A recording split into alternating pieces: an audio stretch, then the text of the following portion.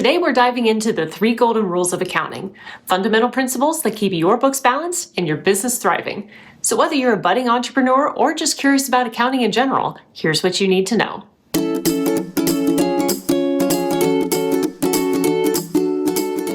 Accounting revolves around 2 key elements, debits and credits. Every financial transaction affects at least 2 accounts, ensuring the accounting equation stays balanced, and our 3 golden rules provide a framework for recording these transactions accurately. Rule number 1, debit the receiver, credit the giver. This rule applies to personal accounts, which relate to individuals or organizations. Simply put, when your business receives something, you debit the account, and when your business gives something, you credit the account. For example, imagine you purchase $1,000 worth of goods from company ABC on credit.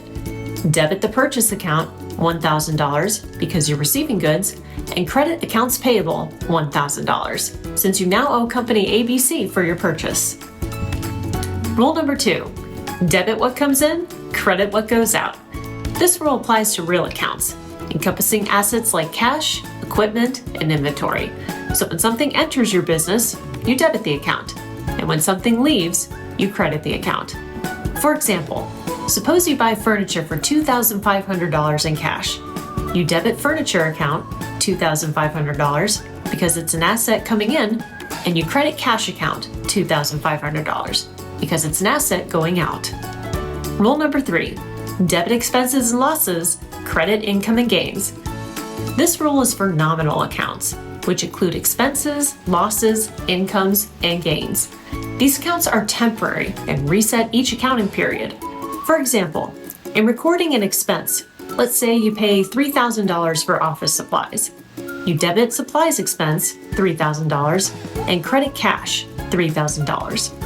As another example, if you're recording income and you make a sale worth $1,700, you debit cash, $1,700, and credit sales revenue, you guessed it, $1,700.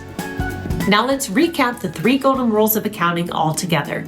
Number 1, debit the receiver, credit the giver, which applies to personal accounts.